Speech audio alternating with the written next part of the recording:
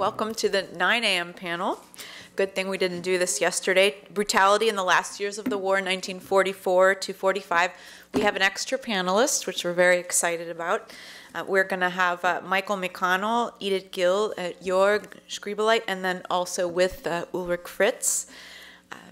Mike McConnell is former fellow at the center. And by the way, those of you who have not applied to be a fellow at the Mandel Center, or if you have applied and didn't get a fellowship, please apply again. We're always eager for you to join us. Mike McConnell is a doctoral candidate in history at University of Tennessee. He's completing a dissertation there on Home to the Reich, the influence of Nazi occupation of Europe on violence inside Germany, 1943 to 45. And his research investigates the influence of the Nazi occupation of Europe on domestic policing on the German home front at the end of the war. Idit Gil, also a former Mandel Center Fellow, is on the faculty of the Department of Political Science at the Open University of Israel in the Masters of Democratic Studies program and is conducting research on the wartime experience of one transport of Jewish laborers from Radom, Poland. And our third pair of presenters, Jörg Skriebeleit, is the director of the Flossenbürg concentration camp memorial site and author of Place of Remembrance, Flossenbürg, Actors, Caesuras, Images of History, and co-editor of the Bayreuth satellite camp of Flossenbürg, Wieland Wagner and Bodo Laferenz in the Institute for Physical Research.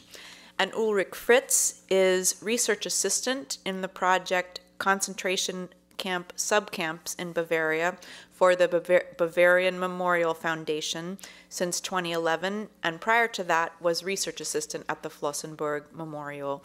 So we're going to proceed as you see in the program, just one paper at a time. It's approximately 20 minutes per paper, but you know that usually means 25 in practice. And with that, please join me in welcoming Mike, or welcoming back to the museum, Mike.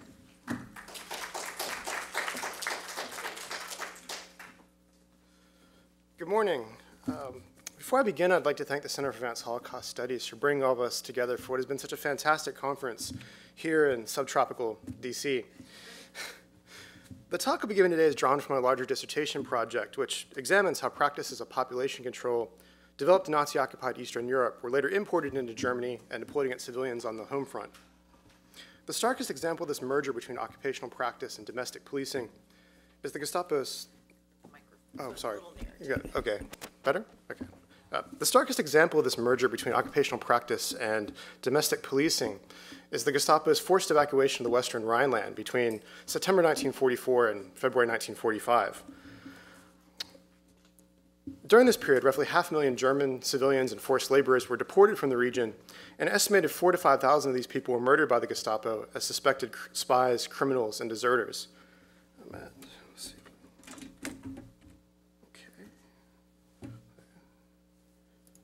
Great. Okay, maybe not. Okay. Now, if you excuse my cartographic skills, I've constructed a map which shows the areas affected by these evacuations. And they stretch from the Eifel Mountains just south of Bonn, 120 kilometers northwards into parts of eastern Holland, and from the front lines along the German border in the city of Aachen, 50 kilometers east to Cologne and the Rhine River, which form the eastern boundary of these evacuated areas. These deportations were a response to the rapid arrival of the Allies on Germany's borders. Summer 1944 had been a catastrophe for the Nazi regime. Not only had the Americans, British, and their free European allies opened up the long-anticipated Second Front in Normandy on June 6th, once they broke out of the hedgerow country, they quickly destroyed most of the German army and liberated France and parts of Belgium. By September 9th, American troops are on the German border, shelling the city of Aachen. Meanwhile, in the east, the Soviets launched Operation Bagration, a massive offensive which pushed the front lines 500 kilometers west to the banks of the Vistula River and Warsaw. The war appeared all but over, a point reflected in the Gestapo reports from the Rhineland. They disturbingly noted that in some towns and villages along the border, people were actually hanging out white flags to welcome the invaders. Indeed, all across Western Germany, people were behaving in ways which contradicted the image of a fanatical folk ready to resist the enemy down to the last man, woman, and child. For example, many Rhinelanders refused to join militia or labor units sent to the front, and crime had also become widespread due to the region's collapsing supply infrastructure. switch back to my PowerPoint here.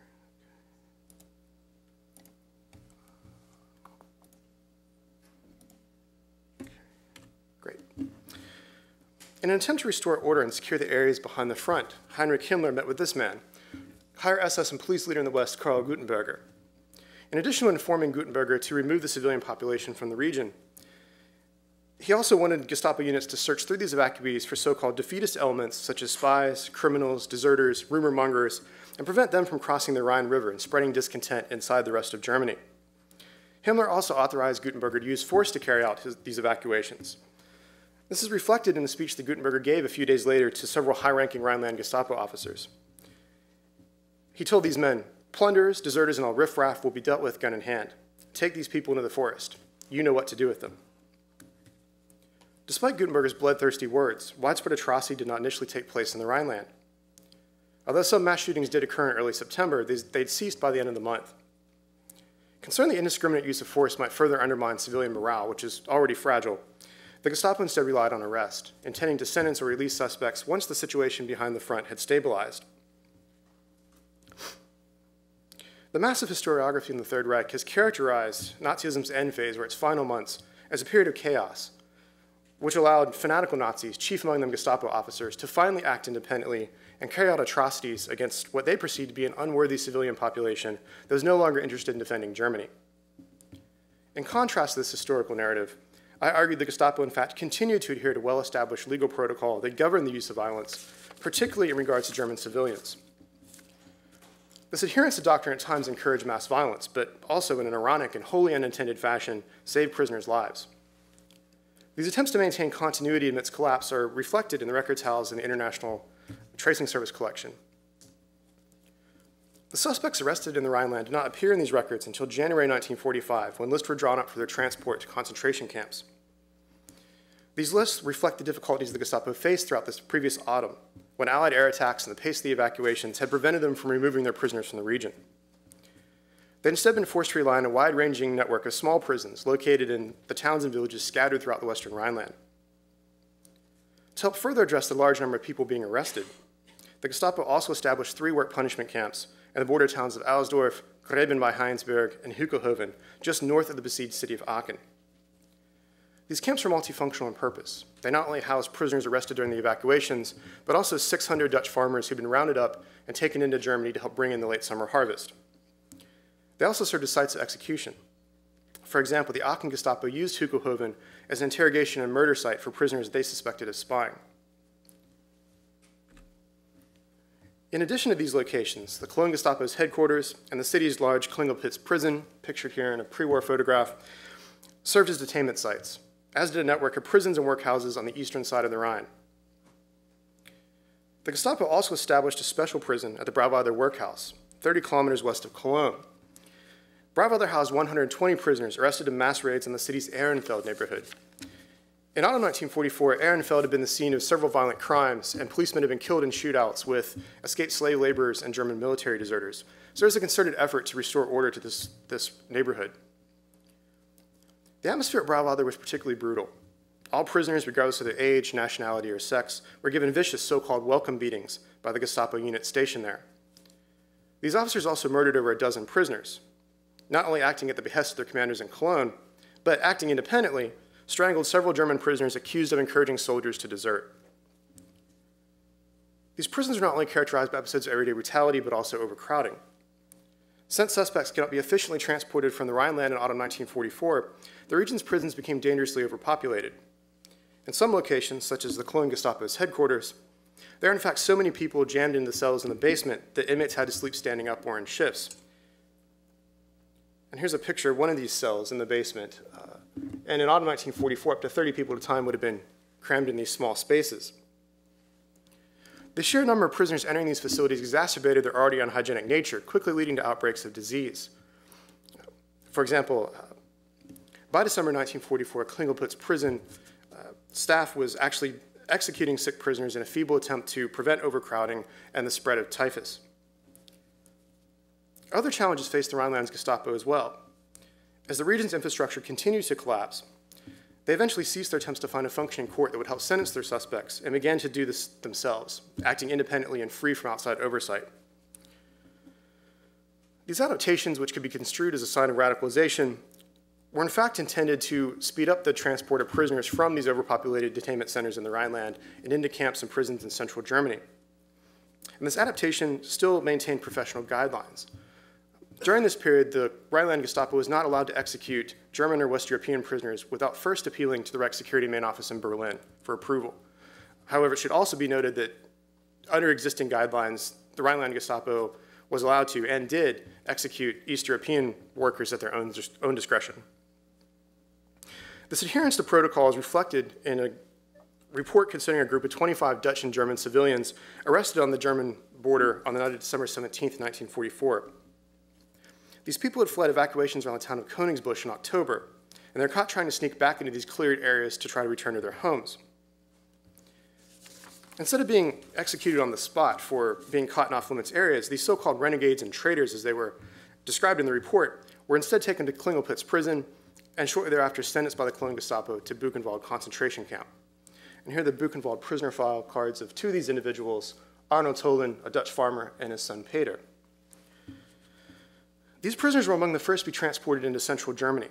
The winter weather in early 1945 for the first time allowed the Gestapo a small window of opportunity to move its prisoners without the threat of constant air attack. Indeed, the rapid transport to a concentration camp might have actually seemed fortuitous to some of these prisoners due to the miserable and dangerous situation inside Klingelpitz. However, even worse conditions awaited them at their destination. By early 1945, Buchenwald was grossly overcrowded with prisoners evacuated from Auschwitz and Gross Rosen. The arrivals from Cologne were placed in the so-called Kleines Lager, or transit camp, where prisoners endured icy winter weather in unheated tents. Due to disease, malnutrition, and exposure, 14,000 of Buchenwald's 48,000 prisoners died between January 1945 and their liberation in April. This was the most catastrophic period in the camp's history. The records of the prisoners sent from Cologne reflect this high rate of attrition. A full quarter of them died from disease within a month of their arrival. And among these unfortunates was Peter Tolen, who died on February 17, 1945, of typhus. It's important to note that in comparison to these inmates evacuated from the eastern concentration camps, the prisoners from Cologne were in relatively good physical condition when they entered the Kleines Lager. Still, many quickly succumbed to the epidemic sweeping through the camp, and the horrific conditions inside are evidenced by these prisoners' medical records. Overwhelmed camp staff, such as in the image on the right, often hastily scribbled typhus or fleck fever with a question mark in these reports, evidencing how they are quickly triaging sick prisoners and were themselves unsure of a proper diagnosis. Despite the tragic situation inside the Kleines Lager, conditions soon improved for those who survived the first few weeks and were taken to work positions in the main camp or one of its satellites. Even those prisoners who ranked relatively low on the camp's racial hierarchy, or under normal conditions might have been considered too old for certain work details, such as the 41-year-old Ernst Dreyer, a German Jewish citizen of Cologne, were able to find positions where they offered access to improved food and other important resources. They were also able to make important inroads into camp society, which at Buchenwald was characterized by a large and well-organized cohort of political prisoners. Classified as politically subversive because they refused to leave the Rhineland, in some cases these prisoners might have been able to manipulate their status in order to tap into this life-saving support network. Due to the opportunity for improved living conditions and inmate support, despite their terrible experiences at Buchenwald, many of these prisoners fared far better than the thousands of others who still languished in the Rhineland's prisons. In February 1945, the Allies launched an offensive to clear Germany up to the Rhine River, forcing Brown-Fleming and other prisons in the region to evacuate. Before they did so, they sent all the remaining East European prisoners to Cologne, where they were murdered at a gallows constructed in the headquarters of the ruined Cologne Gestapo office. And by March 1945, when the city was captured, these killings had in fact become so commonplace that prisoners were leaving graffiti on the walls of the cells in the basement, a warning of their fate. After murdering their East European prisoners, Commando Brown-Fleming then transported its German and West European inmates across the river, where they were taken to other grossly overcrowded prisons and workhouses. Some of these facilities were in fact so overpopulated that in some cases sick and malnourished prisoners from Brown-Fleming were marched back and forth throughout the eastern Rhineland in winter weather until space could be found for them. These marches reveal the paradox that confronted the Nazi regime during this period. They feared that if, in fact, the Gestapo had undertaken the kind of indiscriminate mass violence that would have done away with these prisoners, these atrocities might have, in fact, undermined civilian morale, because many of these victims would have been fellow Volksgenossen, or racial comrades. Consequently, the Gestapo was forced to continue to adhere to protocol, and this is reflected by the activities of Ferdinand Kutter, the commander of the Brauweiler Gestapo. In March 1945, he frantically drove throughout the eastern Rhineland with a carload of case files, desperately and ultimately unsuccessfully seeking a court official who would sentence these prisoners to death. The influence of these institutional constraints is further revealed in a meeting between Heinrich Müller, the chief of the Gestapo, and Dr. Walter Abath, the inspector of security police in the Rhineland and Gutenberger's second in command. Meeting in Berlin in early January 1945, Abath begged Müller to allow his officers in the Rhineland to carry out death sentences at their own discretion. Müller, in fact, rejected Abath's plea and informed him that requests concerning the execution of German or West European prisoners still be sent to Berlin for final approval.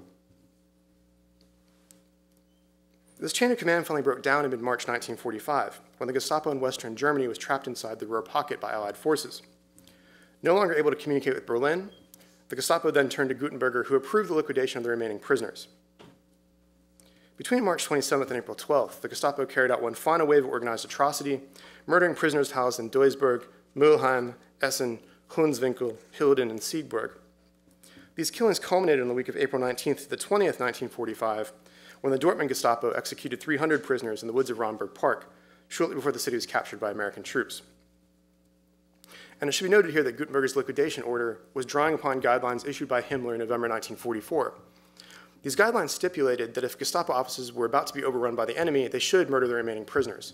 So Gutenberger was not acting entirely independently. He was drawing upon pre-existing protocol, policy. But to conclude my talk today, as comparison between prisoners sentenced to the concentration camps and those who remained in the Rhineland has demonstrated, transport to locations such as Buchenwald in some cases offered prisoners a better chance of living to see the end of the war. While they still faced dramatically reduced chances of survival due to disease and malnutrition, the camps offered more opportunities for prisoners to marginally improve their woeful conditions, which in some cases meant the difference between life and death. These conditions, and these opportunities rather, were not present in the Rhineland because prisoners were not sent out on work details where they would be able to interact with sympathetic members of the public or gather other important resources on the sly.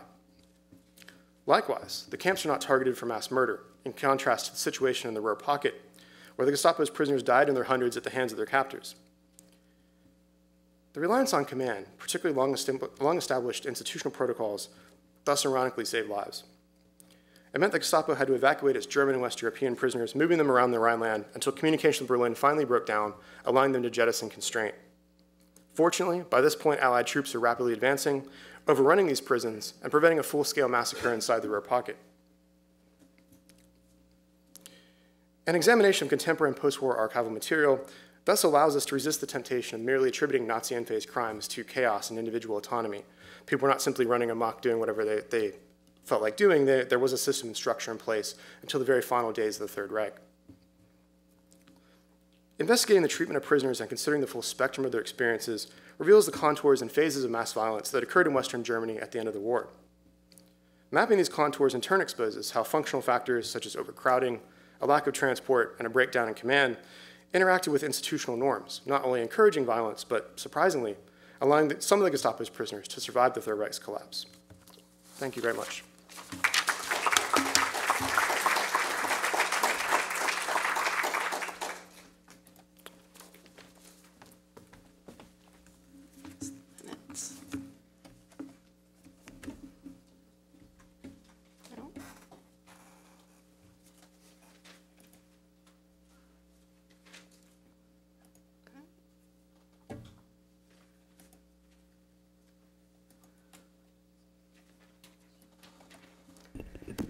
Good morning. Thank you very much for the organizing, for the organizers for including me in this conference, and it is always good to be back at the center. Just a minute. Okay. Sorry.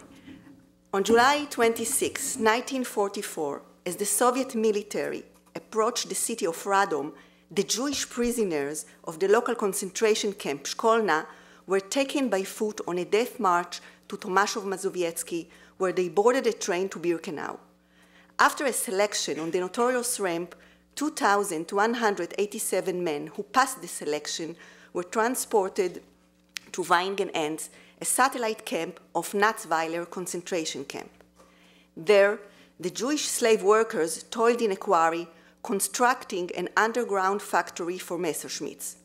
Because of heavy Allied bombardments, work in Feigen stopped in late October, and 1,800 prisoners were transported to several concentration camps in the area. Feigen became a camp for sick prisoners brought there from nearby concentration camps. This detailed and important information appears in a testimony given in August 1946 by Shlomo Horowitz, a former camp inmate. It is located in the ITS archive in the Natzweiler part in the history section. The group of these slave laborers arriving to Feigen in the summer of 1944 is the focus of my study on the development of Nazi Jewish labor policy during the war. And although during my research I used quite extensively various sections of the ITS, in this paper today I will mostly show you information from the Natzweiler history section. This paper will portray some findings regarding certain social aspects in several concentration camps in the Reich in the last year of the war in order to examine the meaning of the Nazi policy killing through labor. Scholars have distinguished several stages in the development of the concentration camps. In recent years, studies have discerned the last year of the war as a separate stage, different from the stage which began in 1942 when the concentration camps were integrated to the war economy and to the final solution. For the economic purpose, the SS established the Ministry Administration Main Office, WVHA. However, the main function of the SS was to supply the workforce through its control of the concentration camps. The production was managed mostly by private companies subjected to the military armament inspection. During 1944-1945, the role of the SS in the war economy became more significant because of its strengthened position in two new major armament projects, the Jagerstab, the centralization of all endeavors to protect armament factories from air bombings and increase the fighter airplane production, and the Geilenberg program to ensure fuel supply to the Reich. As a result, the SS further tied the concentration camps to armament production. The concentration camp system proliferated, became decentralized, and constantly transformed in accordance with exigent military needs. The daily number of prisoners doubled, prisoners were often transported to other camps, and the number of satellite camps multiplied. In 1944, 588 new concentration camps were established. 310 of them have been created from July to October 1944.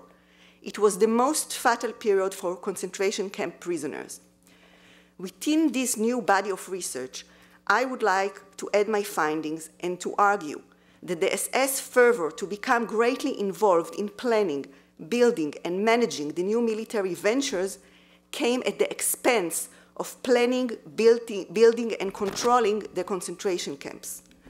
The SS emphasis was to engage its civil engineers to plan the industrial project. However, there was little thought about planning camps for the prisoners. As a result, living conditions were extremely harsh, and the number of sick prisoners and the death rate were very high. The paper focuses on the physical conditions in 6 concentration camps in Württemberg, where the Jewish slave laborers from Radom were sent. These camps were part of 2 projects. Feigen and Unternexigen, Hessenthal, and Kochendorf were part of the Jagerstab, and Bissingen and Dautmergen were part of the Wuste operation, which was included in the Geilenberg project. The paper examines provisions such as infrastructure, sanitation, food, clothing, and health conditions. I present findings based solely on personal lists and cards, reports, directives, correspondences, and testimonies which are housed in the ITS collections.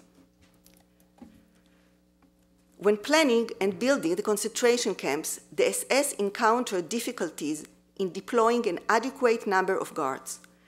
Even though the new concentration camps were small and included only between several dozens to about 2,000 prisoners, the rapid expansion and the fact that many building works involved transport tasks required massive manpower to guard them.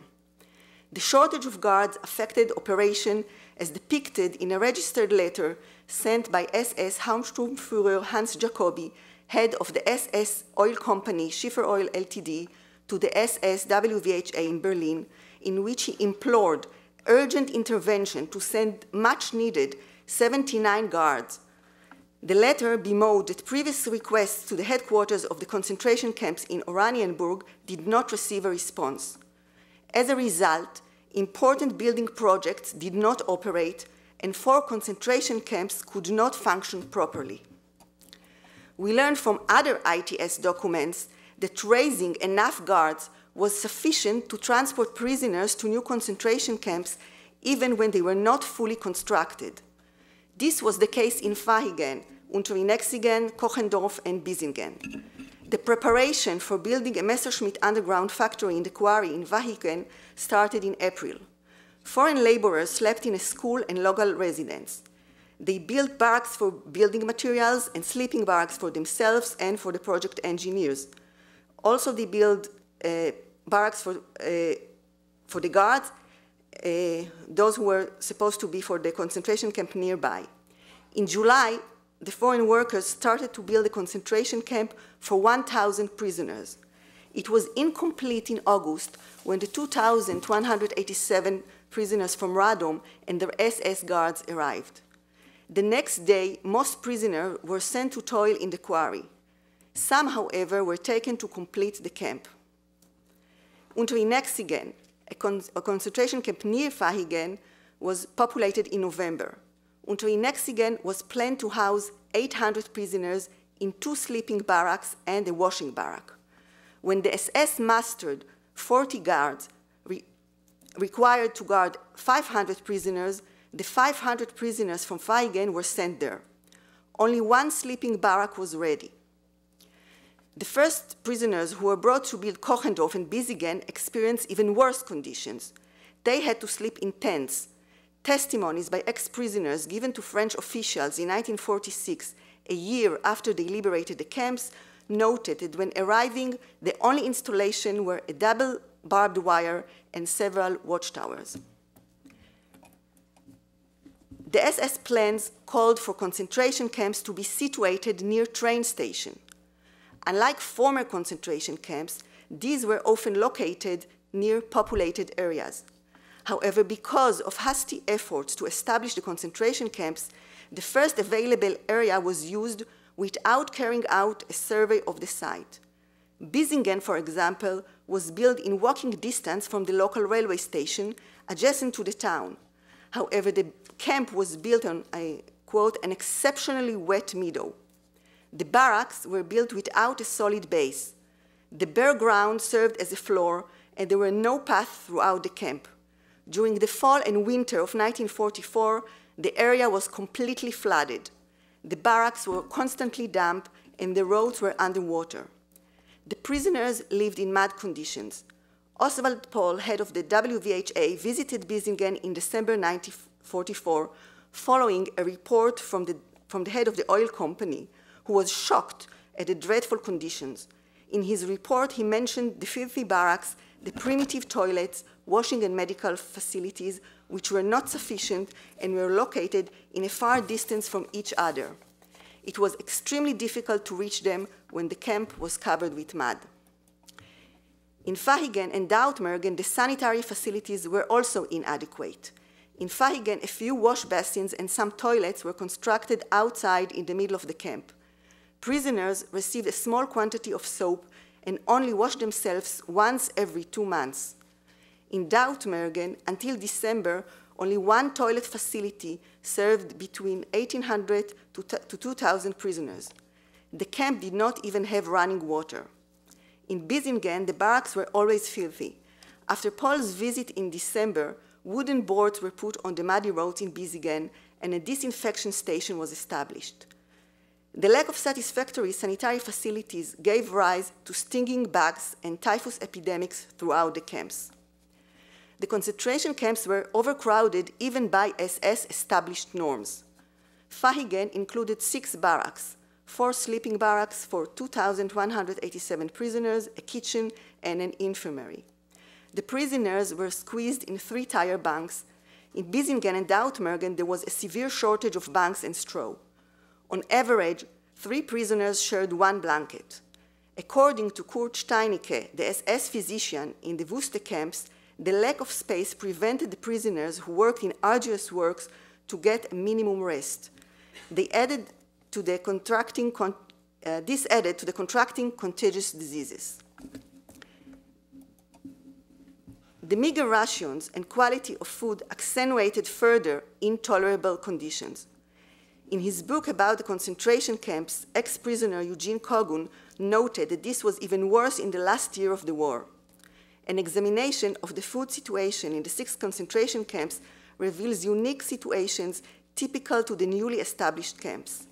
In Fahigen, prisoners received a daily portion of 200 grams of bread and watery soup with pieces of cabbage and beetroots. On Sundays, they were supposed to get some fat and meat, but most of it was taken by the SS. Thefts of food were prevalent in many concentration camps, but were curtailed only after SS inspections. The large number of new concentration camps made this harder to control. In addition, thefts in a smaller camp led to even more malnutrition.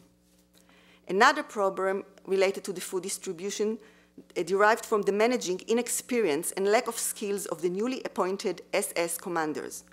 In Bisingen, even the allotment of the insufficient food was not organized properly. The commandos, first to return from work, received some soup. Those arriving afterwards did not get even the skimpy servings. In Dautmergen, prisoners had no cooked food even in the winter. From late December, they received once an evening hot diluted soup. The food conditions in Dautmergen and Bisingen were harder than in other concentration camps, since most prisoners there, and almost all the Jewish prisoners, did not have contact with either forced or civilian laborers, or with the local population who could give them something to eat. The prisoners did not receive even the minimum nourishment required for the arduous work. In Fahigen, about 30 workers worked in the Fronoirat farm close by, where they received food which they also took to family members and friends in the camp. In Fahigen, Hessenthal, and Kochendorf, a few groups of prisoners worked with civilian workers and forced laborers who occasionally gave them some food. In Fahigen and Hessenthal, some tradesmen worked in local workshops who received in appreciation some nutritious food. The food difficulties have been recorded in many post-war testimonies, as one of them is shown in this slide, but not in SS official reports. The dearth of proper clothing, on the other hand, has been noted by both former prisoners and by SS commanders.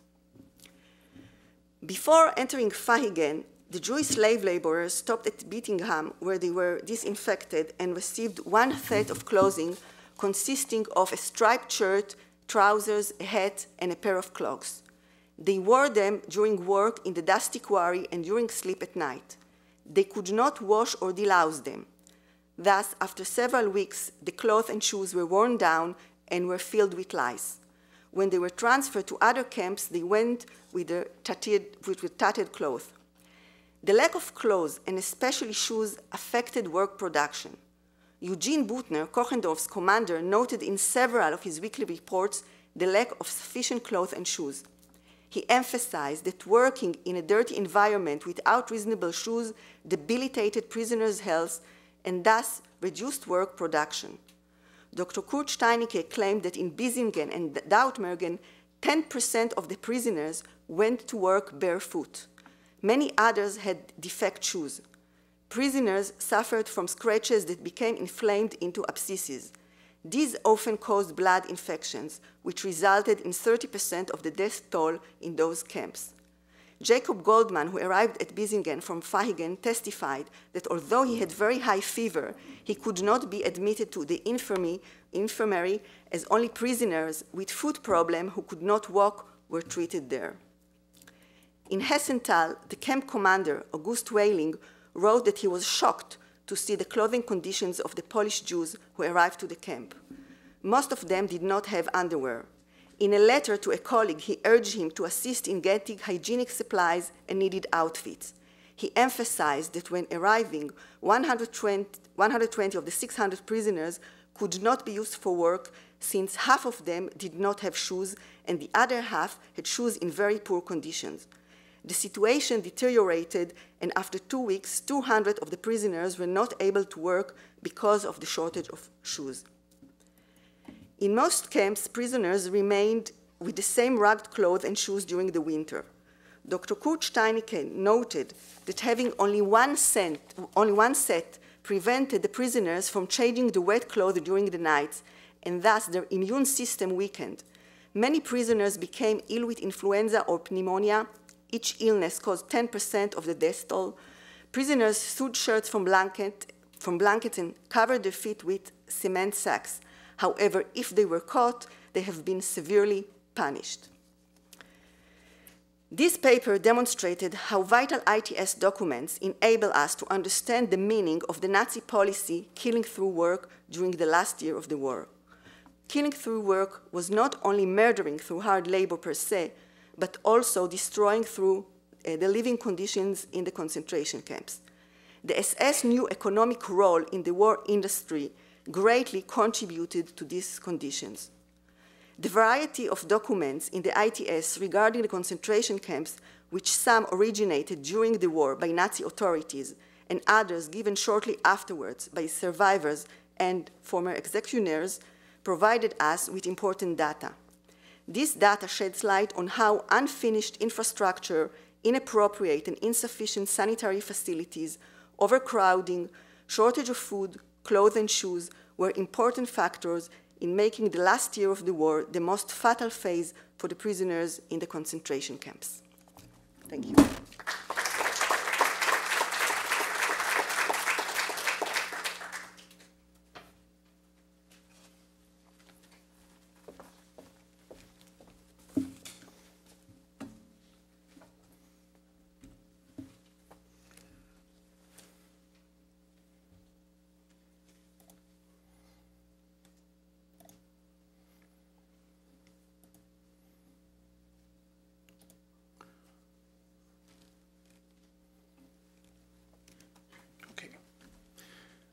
Good morning, everybody.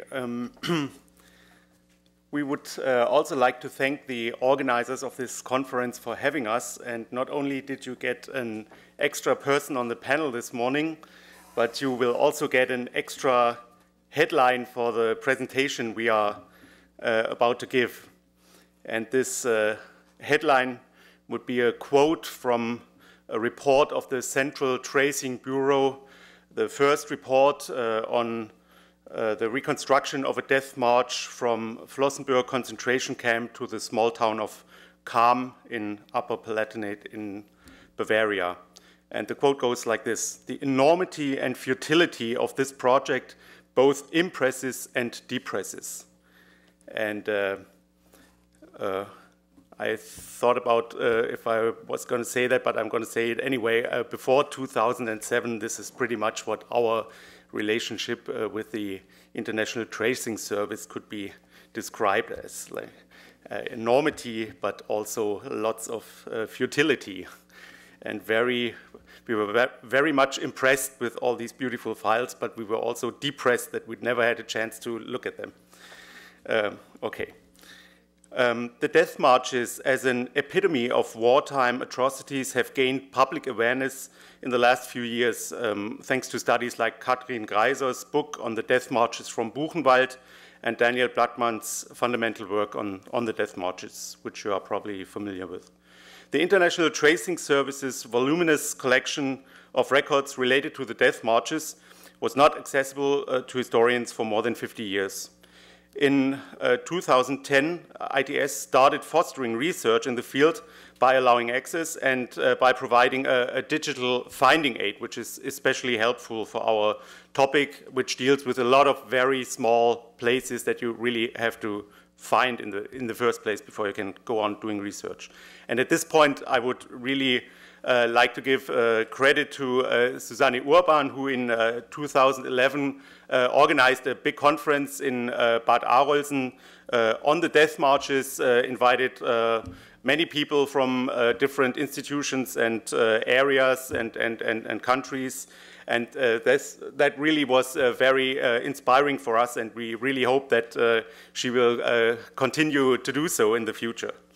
A 2011 conference in Bad Arolsen gathered studies focusing on the death marches, and as this conference proved, the death marches and their aftermath leave a wide field of research to be done. Jörg Skriebeleit and I want to highlight the special role of the death marches from Flossenbürg. We will show how the combination of ITS documents and other sources helps us to reconstruct the history of the death marches and put it into perspective.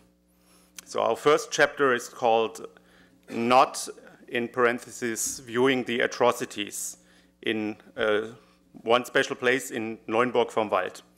In spring 1945, Flossenbürg concentration camp besides Dachau and Mauthausen was the camp furthest from the advancing front lines.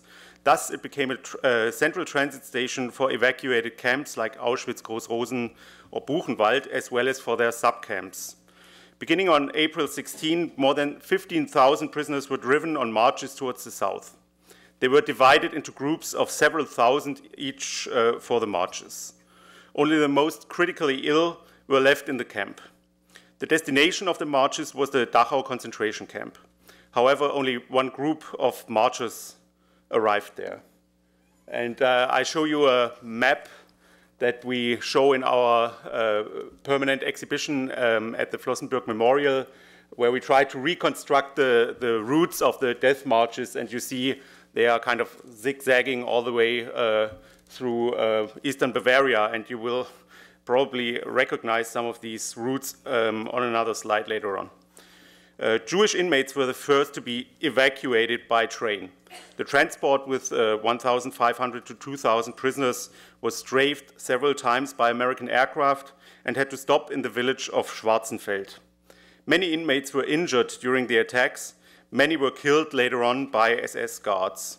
The massacre left 133 inmates dead. The survivors were forced to continue on foot, reaching the small town of Neuenburg vom Wald on April 21st. The SS shot over 160 prisoners and had them buried at the Plattenberg. The survivors had to continue marching towards the south. Other marching columns of prisoners from Flossenbürg also crossed Neuenburg. By the end of April 1945, American army units liberated more than 2,000 concentration camp inmates. At the same time, the advancing troops discovered numerous single and mass graves. Therefore, they immediately ordered an expiatory funeral of 216 victims on the local Catholic cemetery. The entire, this is one picture out of a large series that were made by the Signal Corps units. The entire ceremony was filmed and photographed by Signal Corps units and aroused international attention. The funeral at Neuenburg, as it was called, thus entered the American visual memory. In Bavaria alone, American soldiers found more than 5,000 hastily buried dead along the death march routes. They thoroughly documented these atrocities, occasionally mistaking the sites of mass graves for concentration camps. You can see that in a lot of Signal Corps photography, where, for example, Neuenburg is coined as a concentration camp, probably because they found so many corpses there. The broad range of visual documentation forms a sharp contrast to the lack of photographic documentation in Germany, especially when you compare it with occupied territories like the Czech Protectorate. I cannot go further into this, but maybe this would be an interesting point for the discussion. On the other hand, thousands of eyewitnesses saw and later on reported on the death marches. Many of them stated that the SS intervened when local residents attempted to give the prisoners food or water. Nevertheless, in the short liminal, as it's called, period after the end of the war, the Allied liberators confronted local residents with the victims of atrocities. The educational intention towards the German population was at that point more important than a thorough investigation or identification of the victims. By ordering these expiatory funerals, the liberators destroyed many traces, a problem that is palpable at many points in the ITS death march records.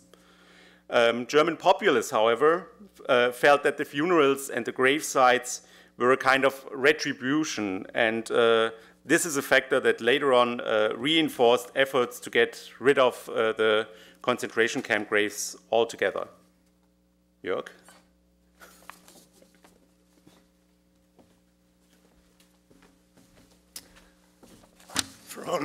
From confrontation or viewing or not viewing the atrocities. And that's important for us to get a structure into what happened in that. And it's also for us an important phrase, the liminal period, the few weeks or months after the discovering of the mass murders at the death marches in the concentration camp. And there were many, many different actors with various purposes. And you have to get into that with a maybe anthropological or sociological perspective to see how also perspective changed and what that made with the traces and the sources we are working with nowadays.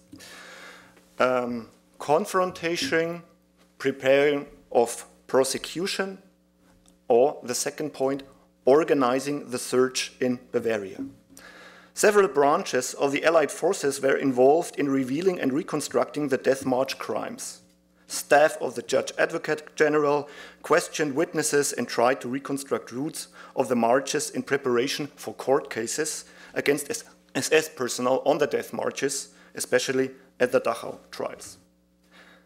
As the military government was established, and that's the end of the liminal phase, it soon became clear that a large number of atrocity victims had not yet been discovered. In the fall of 1945, the UNRWA installed a central tracing bureau, as you know and we have heard about yesterday, that was supposed to clear up the fate of those who were missing. Its main objective was not only to give certainty to their relatives, but also to enable these relatives to settle private and legal matters. The Central Tracing Bureau had to collect information and should serve as a link between tracing bureaus, the various ones, in the occupied zones, and the even more various and numerous national tracing services from abroad, especially France and Belgium, but also Italy. The first report of the North Bavarian branch of the UNRWA Bureau of Documentation and Tracing dealt, as Uli already mentioned, and that was our new title, with a death march from Flossenbürg concentration camp to Cham, and was finished in July 1946. While the UNRWA officials were in contact with the prosecutors at the Flossenbürg trials at Dachau, they could not fully use the prosecution files and exhibits as the trials were still going on, which meant there was information assembled by other actors, and they were not accessible, fully accessible, and because also the aim of those who acted and investigated, the aims were different. Flossenbürg, and that was new for us as we were working for a decade already in Flossenbürg, when we got the death march material from the ITS and when we took part and prepared for that conference which Suzanne had organized, Flossenbürg became the prototype for the UNRWA and the Central Tracing Bureau, because Flossenbürg was, and that would bring me to the third point, was the prototype of killing fields linked to the death marches at the very end of the war. Because Flossenbürg and the file Uli has showed as the first one was not just a camp where prisoners were forced southward to Dachau or Mauthausen. Flossenbürg also in the beginning of 1945 became a camp where the death marches from Buchenwald, from Großhausen and various subcamps arrived at. So the whole area, the whole vicinity of Flossenbürg, and vicinity means an area of some 1,000 square meters, and you already mentioned Bohemia, were bloodlands and killing fields. Third point, counting the dead at Wetterfeld. Although the ITS material largely consists of textual evidence, attempted identification sheets, questionnaires, as we have seen a lot of the last days, for German local authorities, the documents still convey the degree of brutality and consequently how this kind of work affected the staff of the different tracing institutions and sometimes still does us as we work with those files. The files now stored at the ITS archives reveal a scenario that one would nowadays connect with countries like Cambodia, Rwanda, or other war zones. The actual work of tracing was in many cases supported or initiated, and that was also new for us, by former concentration camp inmates. I give you an example, and a very touching one. And I have a suggestion, and maybe we could talk about that later on in the discussion. The protocol of the, quote, exhumation and identification, once again,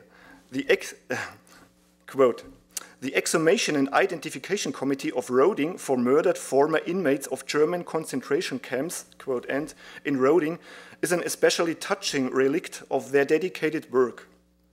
In October 1945, 6 former camp inmates, instructed by Dr. Tadeusz Wolanski, began the search for atrocity victims between Diebelsried and Roding, a distance of 11 kilometers.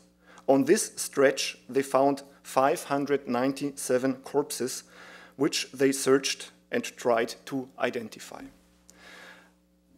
The special thing about this committee was that they all were medics.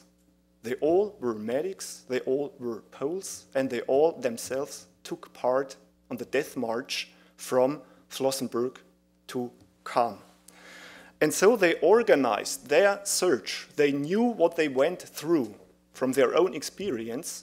They were professional doctors, and so they organized that search as a kind of forensic CSI, which is very, very interesting. And for them, it was very important to point out that professionality. But if you see the files, you can gasp how they knew what they were looking for. And we were speaking about identification yesterday, about the right of being forgotten, about what's important in our daily work. And so I want to show you, no, that's the wrong, I don't have that with me, because that's also a problem. We had to deliver the presentation so early, and although we have wonderful register on the death march records, meanwhile it's still hard to find them because there's so much files. But I will quote from the thing we haven't on the slide right now. The laconic numeration lists the belonging that were found, last reminders of a civilian life, like combs, snuff tobacco, yarn, or personal memorabilia, lockets with photos of family members, pictures of the Virgin Mary, etc. The sober tone of their report all the more illustrates the gross brutality they were confronted with. And I quote from one of those sheets, 597 of that commission. The commission noted that some of the rather well-preserved corpses showed typical swellings of face, nape, and neck, with bruises and outstretched bitten tongue. In these cases, no bullet wounds or traces of blows were found, which proves that the death was caused by swallowing soil. And when going through all those 597 forensic reports, I was thinking, and there's no name, and you see the enlisted personal belongings, and you get still a feeling there are no names on it, not even numbers. You get a feeling what that person could have been if they had found a Belgian paper, just a little thing where something was written on, or that medal, or just rye. And on the next page, they describe the wounds. And that really, and I want to make that suggestion. Since I've went through those files, I'm thinking of preparing maybe together with one of your institutions, an exhibition or an arts project or whatsoever between humanity and death, an individual which has disappeared, and the seriality of those records. Maybe you don't need something more. If you have a good artist or curator, that could bring something new into the debate without being too moral. That takes us directly into what our daily work is. A hand-drawn map shows 61 places where those dead that commission had were found, plus a sketch of the central cemetery in Wetterfeld, where the dead had been buried. And the yearbook of the International Tracing Service was already mentioned, and once again, Suzanne Urban, the sketch for that cemetery in Wetterfeld is on the title of the first ITS yearbook found in the Death March records. We didn't know that before.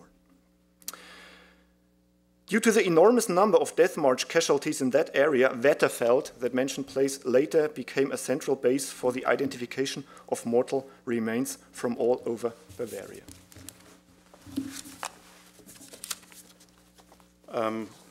One thing that you can clearly see when you work with the Death March records at the ITS, because they stretch over a long period of time, is how memory slowly starts fading away. And that's what I'm going to talk about in the next chapter, Vanishing Memories, Questioning the Bürgermeister at Schwarzenfeld. The work of the US Zone Bureau of Documents and Tracing included mapping the area they were working in, a task that depended on cooperation with German institutions, as the map of the former district of Roding shows. You have to know where to go when you are looking for the victims of the death marches. German community officials were also instructed to answer questionnaires that should help to reconstruct the death marches. As Martin Winter has pointed out in an essay in the first volume of the ITS, of the yearbook, both the questions and answers are formulated in the passive voice. Within a few years, each mayor had to fill in several questionnaires. A comparison of the questionnaires over the years shows that the course of events, as well as the numbers of the victims, become canonized in a sense.